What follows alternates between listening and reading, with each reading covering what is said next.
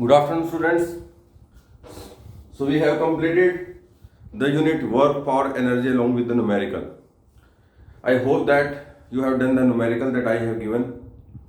In the last video, we have done the numericals and I have given the assignment sheet also. So today we are going to start a new lesson, a new unit, that is your rotation motion. The name of the unit is rotation motion. Rotation motion. तो सबसे पहले तो आपको पता होना चाहिए कि आपका ट्रांसलेटरी मोशन क्या था आपका। What do you mean by the translatory motion, या जो सिंपल मोशन क्या था। देखिए, आपकी कोई बॉडी के जैसे जो आपने पहले किया वो पॉइंट ऑब्जेक्ट और सिस्टम ऑफ ऑब्जेक्ट, इसमें क्या डिफरेंस है। जो पॉइंट ऑब्जेक्ट था, पॉइंट ऑब्जेक्ट का मोशन था, पॉइंट ऑब्जेक्ट मोशंस, ठीक है। वो किस तरीके से था पॉइंट ऑब्जेक्ट का मोशन। सपोज कीजिए एक बॉडी है जिसका मास m है। अगर हमने इसके ऊपर फोर्स लगाया तो ये पॉइंट मास एक कांस्टेंट वेलोसिटी से आगे जाएगा, ठीक है। इसकी वेलोसिटी क्या होगी, कांस्टेंट होगी। हम फोर्स लगा रहे हैं तो वेलोसिटी इसमें क्या आएगी, आपकी कांस्टेंट वेलोसिटी आएगी, जिसका एक डेफिनेट सा मास था। अब सिस्टम ऑफ ऑब्जेक्ट्स का क्या मतलब है। सिस्टम हैविंग, मतलब सिस्टम ऑफ ऑब्जेक्ट या पार्टिकल्स, मतलब इसमें क्या था, बॉडी लीनियर मोशन करेगी। इसमें तीन चीज आती थी, या तो वो कांस्टेंट वेलोसिटी से जाएगा, या वो सर्कुलर ये आपका रेडियस है, ये पॉइंट मास था, ये यहां पहुंच गया, फिर यहां पहुंच गया, फिर यहां, फिर यहां, फिर यहां। मतलब कांस्टेंट वेलोसिटी से आपका या कांस्टेंट स्पीड से क्या करेगा, आपका सर्कुलर, ये आपका लीनियर मोशन था, ये सर्कुलर मोशन था आपका, ठीक है। या आप किसी इंक्लाइंड पे भी पॉइंट मास को लेके जाते हैं तो वो भी कांस्टेंट वेलोसिटी से या कांस्टेंट स्पीड से ही जाएगा। अब सिस्टम ऑफ ऑब्जेक्ट का मतलब क्या है। अगर बॉडी आपकी, सपोज कीजिए ये आपका मास, ये दो मास है आपकी, यहीं से रिजिड बॉडी का कॉन्सेप्ट शुरू होता है, रोटेशन मोशन। इसमें आती है रिजिड बॉडी, रिजिड बॉडी, यहीं से रिजिड बॉडी का कॉन्सेप्ट आपका क्या होता है, शुरू होता है। देखिए, रिजिड बॉडी का मतलब क्या है, इसमें आपके सिस्टम ऑफ मास आएंगे। मतलब क्या है, इसमें एक मास था, लीनियर वेलोसिटी से गया, सर्कुलर है तो सर्कुलर से गया, इंक्लाइंड पे है तो वो कांस्टेंट वेलोसिटी से जाएगा। अब रिजिड बॉडी एक ऐसी बॉडी होती है, देखिए एग्जांपल से समझेंगे। सिस्टम ऑफ मास, सपोज कीजिए मेरे पास एक ये फ्लेक्सिबल बॉडी है। अगर मैं इसको यहां से प्रेस करता हूं, अब देखिए अब यहां से प्रेस हो गई, डिस्प्लेसमेंट, यहां कोई डिस्प्लेसमेंट नहीं है, यही डिस्प्लेसमेंट है। देखिए यहां से मैंने प्रेस किया तो ये डिस्प्लेसमेंट यहां हुई, यहां कोई डिस्प्लेसमेंट नहीं हुई। तो इस बॉडी को क्या बोलते हैं, फ्लेक्सिबल बॉडी। यानी एक तरफ तो डिस्प्लेसमेंट हो, दूसरी तरफ डिस्प्लेसमेंट ना हो, जबकि फोर्स तो आपका बॉडी पर लग रहा है। एक तरफ डिस्प्लेसमेंट हुई, दूसरी तरफ बॉडी की डिस्प्लेसमेंट, बॉडी में डिस्प्लेसमेंट नहीं हुई। समझ गए ना। अब दूसरा है रिजिड बॉडी। रिजिड बॉडी में क्या होगा, ये आपकी रिजिड बॉडी है, सपोज कीजिए मैं यहां से फोर्स लगाऊंगा, मैंने यहां से फोर्स लिया तो आगे मूव, यानी यहां भी डिस्प्लेसमेंट हुआ, यहां भी। अगर यहां आपका 2 सेंटीमीटर का डिस्प्लेसमेंट हुआ है तो यहां भी आपका कितना हुआ है, 2 सेंटीमीटर का। मतलब क्या हुआ कि जो फ्लेक्सिबल बॉडी थी उसमें डिफॉर्मेशन हुई थी, यानी कोई ना कोई दबाव आया था। लेकिन जो रिजिड बॉडी में है उसमें डिफॉर्मेशन नहीं होगी, और जो पार्टिकल है आपके जो हैं वो आपकी एक कांस्टेंट वेलोसिटी से जाएंगे आपके। अब जो रोटेटरी मोशन है उसको क्या बोलेंगे आप। रोटेटरी मोशन एक ऐसा मोशन होता है, रोटेशन मोशन एक ऐसा मोशन होता है जिसमें पार्टिकल जो है एक कांस्टेंट एंगुलर वेलोसिटी से क्या करते हैं, मूव करते हैं। कैसे, सपोज कीजिए अब उसमें एक क्या होता है, एक्सिस ऑफ रोटेशन होता है, उसमें एक एक्सिस ऑफ रोटेशन होता है। अब एक एग्जांपल से समझेंगे आप। सपोज कीजिए मेरे पास एक ये, इसको रिजिड बॉडी मानिए, हार्ड बॉडी, यानी रिजिड बॉडी को हम हार्ड बॉडी भी कहते हैं, जिसमें फ्लेक्सिबिलिटी ना हो, फोर्स लगाए तो सारी की सारी बॉडी आगे मूव कर जाए। अब रिजिड बॉडी में रोटेशनल मोशन का क्या मतलब है, देखिए सपोज कीजिए, पहले तो एक्सिस ऑफ रोटेशन का मतलब बता देता हूँ। सपोज कीजिए इस बॉडी का ये आपका एक्सिस ऑफ रोटेशन है, ये डायगोनली एक्सिस ऑफ रोटेशन है, ये diagonally.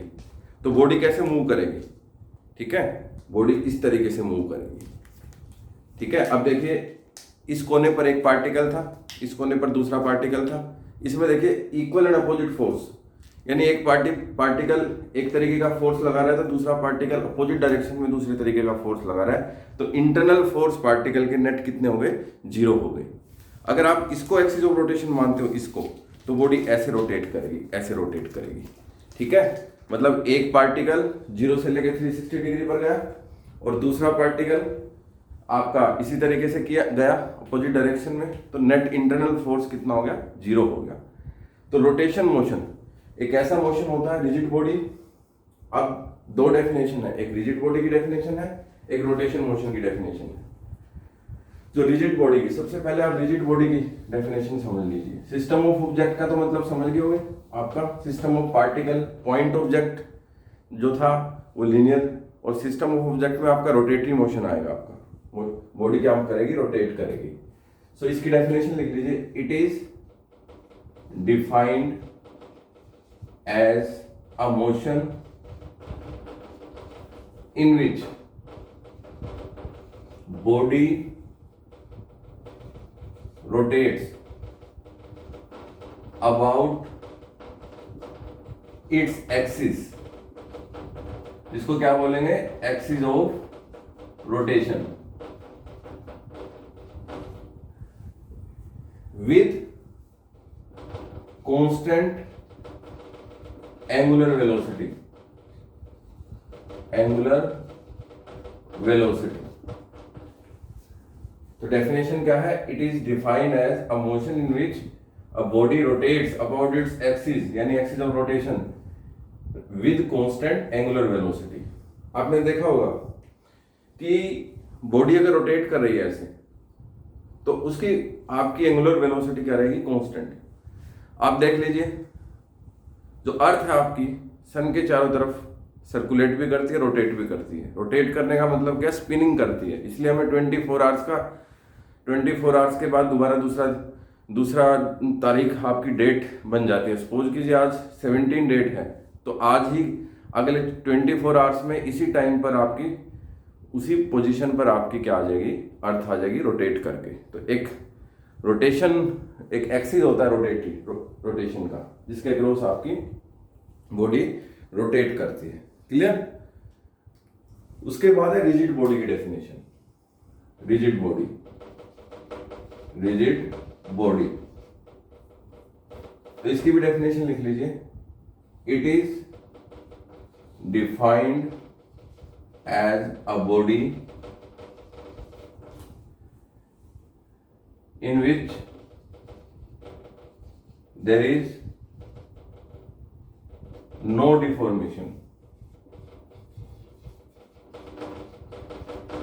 in which there is no deformation। Physics में जो रिजिड बॉडी है उसमें क्या होगा, कोई डिफॉर्मेशन नहीं होती, अगर होती भी है तो वो क्या हो जाती है, आपकी नेग्लेक्ट की जाती है, ठीक है। और इसमें क्या होता है, कंटिन्यूअस डिस्ट्रीब्यूशन ऑफ मास, इसकी प्रॉपर्टी है, in which there is no deformation and continuous distribution of mass and having solid in nature. देखिए सॉलिड होगी तभी डिफॉर्मेशन नहीं होगी, अगर आपकी फ्लेक्सिबल होगी तो बॉडी डिस्प्लेस करेगी, ठीक है। फ्लेक्सिबल बॉडी क्या करती है, डिफॉर्म हो जाती है। डिफॉर्मेशन का मतलब है पिचक जाना, तो एक तरफ से पिचक जाती है, ये नहीं पिचकेगी। अगर हम फोर्स लगाएंगे तो आगे की तरफ चली जाएगी आपकी, इस तरीके से। यहाँ फोर्स लगाया इस तरीके से, अगर इसको रोटेट करना है तो ऐसे रोटेट कर जाएगी एक एक्सिस के थ्रू, इस तरीके से, ठीक है। तो इसको हम क्या बोलेंगे, रिजिड बॉडी। तो ये फर्स्ट पार्ट है आपका रोटेशन मोशन का। पहला रोटेशन मोशन की डेफिनेशन, दूसरा रिजिड बॉडी। उसके बाद नेक्स्ट जो कॉन्सेप्ट है अब आपको पता लग गया होगा कि रिजिड जो बॉडी है वो आपकी जो है कांस्टेंट एंगुलर वेलोसिटी से आगे मूव करती है। थर्ड कंसेप्ट है shape of rigid body.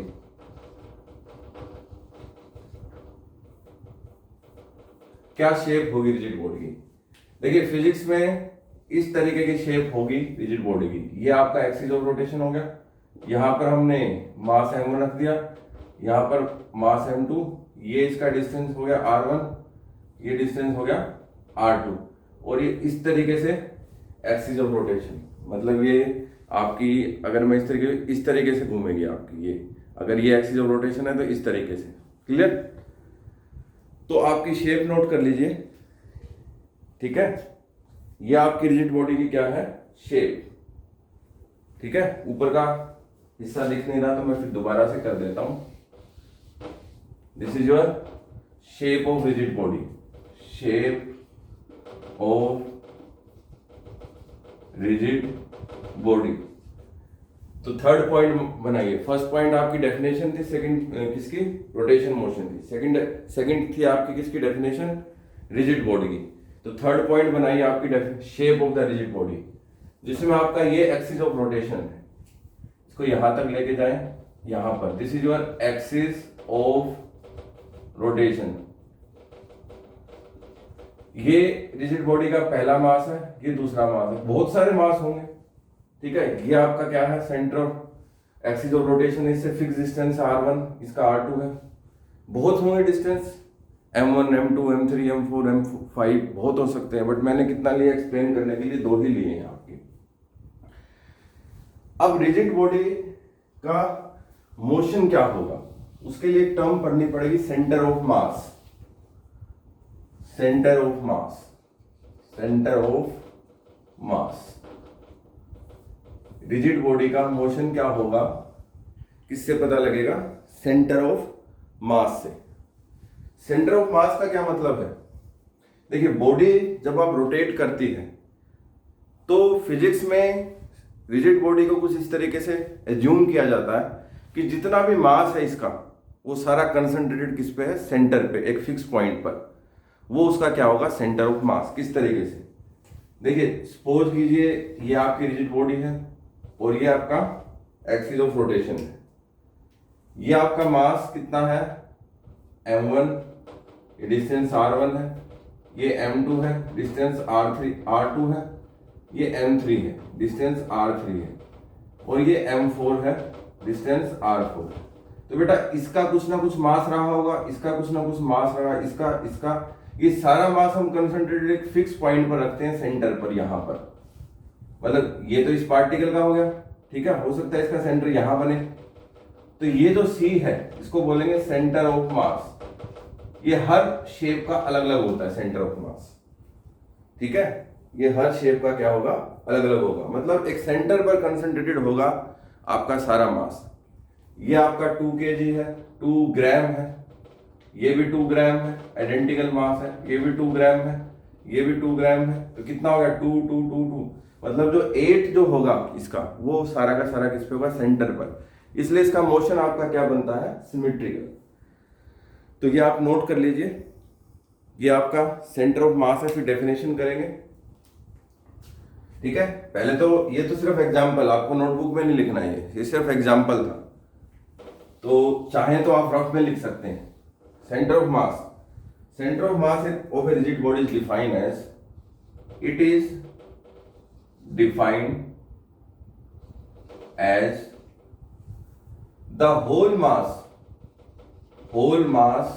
of a rigid body is supposed to be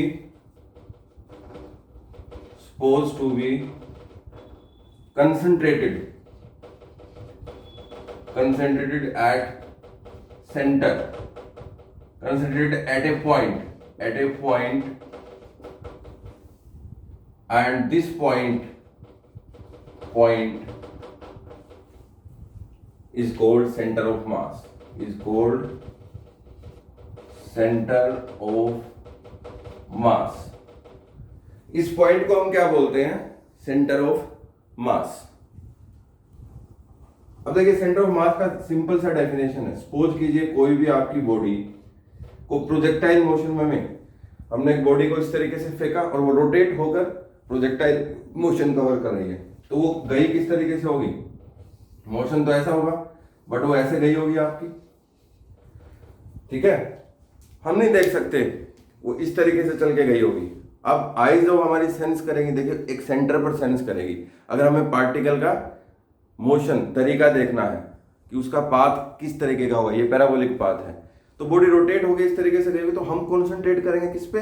centre of मास पे, यानी उसके सेंटर पर कॉन्सेंट्रेट करेंगे। उसी से पता लगेगा कि उसका मोशन क्या था, आपका पैराबोलिक था। भाई ये चीज है, अगर आप इस पार्टिकल को ये इस तरीके से जा रहा है, इस तरीके से, इस तरीके से मैंने इस तरीके से फेंक दिया और ये रोटेट होकर इस तरीके से जा रहा है। अब इस हिस्से को देखोगे, इस हिस्से को देखोगे तो कंफ्यूज हो जाओगे। तो ये इस तरीके से हमारी आईज हम अपने आप ही सेंस कर लेंगे कि ये आपका पैराबोलिक पाथ है। क्यों? क्योंकि सेंटर ऑफ मास से, क्योंकि उसका सारा मास कहाँ कंसंट्रेटेड है? सेंटर पर है। तो ये बेस्ट एग्जांपल है किसका? रिजिड बॉडी के मोशन का। इस तरीके से रिजिड बॉडी क्या करती है? मूव करती है। तो अभी तक तो मैंने डेफिनेशन ही लिखवाई है सेंटर ऑफ मास की। अब जो सेंटर ऑफ मास है इसकी हम डेरिवेशन करेंगे, जिससे आपको और भी क्लियर हो जाएगा कि सेंटर ऑफ मास चीज क्या है। इसमें दो डायग्राम बनाने हैं स्टूडेंट्स। एक तो रिजिड बॉडी का ये डायग्राम, ठीक है। इसमें ये आपका क्या है? This is your axis of rotation, ठीक है। This is your m1 mass, r1 distance, m2 mass, r2 distance. बहुत हो सकते हैं, मैंने m1 m2 लिया है, 2 पार्टिकल का। तो क्वेश्चन है आपका expression for centre of mass of a rigid body having two particles. और कई बार सिस्टम ऑफ पार्टिकल आ जाता है, तो ये सिस्टम ही बन रहा है, पॉइंट मास तो है नहीं, दो या एक से ज्यादा बनेगा तो वो सिस्टम ऑफ पार्टिकल ही बनेगा। ये आपकी एक्सप्रेशन है। दूसरा डायग्राम देखिए किस तरीके से बनाएंगे हम। ये आपका सपोज कीजिए इसी को, इस मास को मैं मानता हूं m1, इस मास को मानता हूं m2। अब इसका डिस्टेंस क्या है आपका? r1, इसका डिस्टेंस क्या है? r2, और इसको ज्वाइन कर दीजिए, ये भी कुछ ना कुछ होगा। अब यहां पर ये A पॉइंट है, ये B पॉइंट है। यहां पर बेटा दो फोर्स लग रहे हैं, एक तो F, इसको 1, एक ही जगह इसको 1 मान लेते हैं, इसको 2 मान लेते हैं। एक तो F12 और एक स्मॉल फोर्स आपका F12, इसको F ही मान लेते हैं, F एक्सटर्नल मान लेते हैं। इसके ऊपर एक एक्सटर्नल भी फोर्स लग रहा है, यहां पर भी फोर्स लग रहा है। कौन सा? एक F एक्सटर्नल प्लस F21। 1-2 का मतलब क्या है? 2-1 का मतलब एक दूसरे पे लगा रहा है, ठीक है। ये इसके ऊपर लगा रहा है, ये इसके ऊपर लगा रहा है। अभी मैंने बताया अगर बॉडी इस तरीके से घूमेगी तो एक पार्टिकल दूसरे पार्टिकल पर फोर्स लगाएगा, ठीक है। और सबसे खास बात यह है कि जब एक पार्टिकल दूसरे पार्टिकल पर फोर्स लगाएगा तो नेट इंटरनल फोर्स कितना बन जाएगा? 0। क्यों?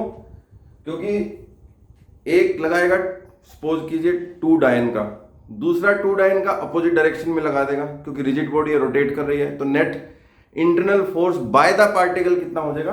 0। तो ये ध्यान में रखना है कि internal force by the particle कितना होगा? 0 होगा। तो इसको आप बना लीजिए, फिर हम एक्सप्रेशन करते हैं। अब फर्स्ट और सेकंड पॉइंट पर मैं यहां पे फिर ड्रॉ कर लेता हूं उसको एक्सप्रेशन के लिए। ये इस तरीके से था, ये 1 था, ये 2 था, ये R1 था, R2 था, यहां पे M1 था, यहां पर M2 था। यहां पर फोर्स कितना था आपका? F एक्सटर्नल प्लस F12, और यहां कितना था? F एक्सटर्नल प्लस F21, ठीक है। अब सिंपल सी बात है, इस पर फोर्स क्या होगा?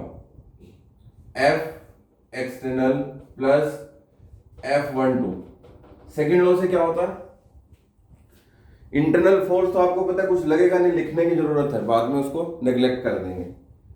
एफ एक्सटर्नल क्या रहा होगा, बॉडी मूव करेगी ये डीपी बाय डी से, यानी ये कितना हो गया आपका डी, तो इसको हम F1 भी बोल देते हैं एक्सटर्नल को, ये F2 बोल दें, है एक्सटर्नल ही बात। ये कितना हो गया आपका F1, तो dP1 बाय dt, ये कितना था न्यूटन सेकेंड लॉ से, भाई फोर्स तो इतना ही लगेगा।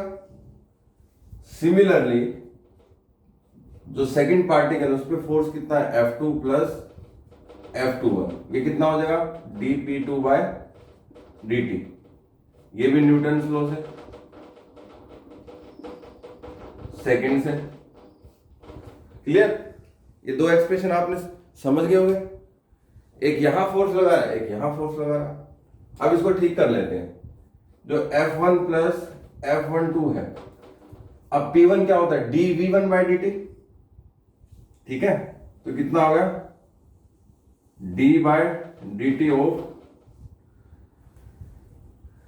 जो फोर्स है वो dP बाय dt होता है, और P1 की वैल्यू कितनी है M1 into V1, simple, P1 equal to M1 into V1, तो यहां से F1 प्लस F12 कितना बन गया आपका d बाय dt ऑफ वट, M1 कॉन्स्टेंट है बाहर ले लीजिए, और V1 को क्या लिख सकते हैं dR1 बाय dt, क्योंकि V था क्या आपका dx बाय dt, x की जगह कितना r, r की जगह r1, dR1 बाय dt।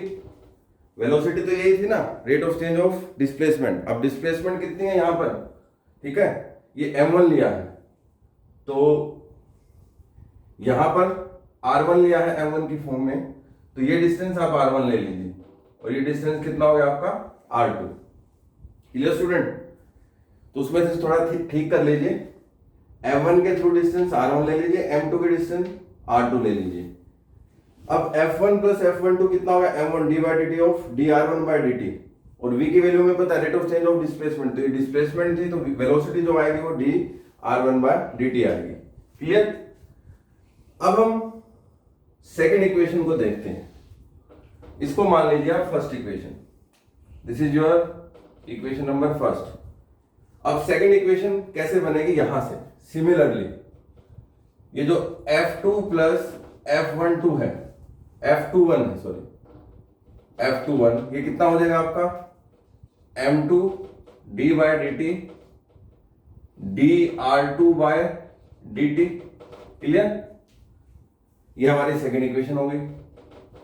अब फर्स्ट और सेकेंड इक्वेशन को कुछ इस तरीके से भी लिख सकते हैं, इसको तो हमने, इनको रब कर देता हूं, ये हमने फर्स्ट ये सेकंड मानी थी। पहले फर्स्ट इक्वेशन को ठीक कीजिए आप, F1 plus F12 equal to F12 equal to M1 d by dt dR1 by dt। अब ये थी ना, इसको रब कर देते हैं, अब ये d स्क्वायर बन गया dt dt स्क्वायर, यानी F1 प्लस F12 आपका बन गया M1 d square by dt square R1। कई स्टूडेंट सोचेंगे कि इस dt का तो स्क्वायर बन गया, अब इस d और d का d स्क्वायर क्यों नहीं किया सर ने, और इस t का t स्क्वायर क्यों नहीं किया, dt स्क्वायर क्यों नहीं किया। तो बेटा फिजिक्स के टर्म में अगर ऐसा आ जाए small quantity into small quantity, small quantity का स्क्वायर, तो इसको dt स्क्वायर ही लिखते हैं आपका। क्लियर, तो ये इक्वेशन कैसे बन जाएगी, ये इक्वेशन मतलब ये हमने थर्ड इक्वेशन बना ली, ये इक्वेशन क्या बन जाएगी similarly F2 plus F21 equal to M2 d square R2 by dt square, ये फोर्थ इक्वेशन। अब हमें कुछ नहीं करना, थर्ड इक्वेशन और फोर्थ इक्वेशन को आप ऐड कर दीजिए, एडिंग, यहां लिख देता हूं मैं ये, adding equation third and fourth, तो लेफ्ट हैंड साइड में ऐड होगी F1 plus F12 plus F2 plus F21 should be equal to, अब d M1 d square d t square R1 plus M2 d square d t square R2। ठीक है, ये तो आपकी लिख ही लिया हमने। अब हम क्या करेंगे, ये और ये तो जीरो बन गया, और F1 प्लस F2 ये कितना हो गया आपका same, F1 D square d t square R1 plus M2 d square d t square R2। ये बेटा ये और ये जीरो क्यों बन गया, क्योंकि मैंने बताया था इक्वल एंड अपोजिट फोर्स, एक मॉलिक्यूल जो फोर्स इस तरफ लगा रहा है दूसरा इसी तरफ, तो नेट फोर्स कितना हो गया जीरो। इंटरनल, ये इंटरनल थे और ये एक्सटर्नल थे, तो इसको F एक्सटर्नल लिख सकता हूं। और यहाँ पे आप क्या कॉमन लीजिए, D square by D t square common ले लीजिए, अंदर क्या बच गया M1 R1 plus M2 R2।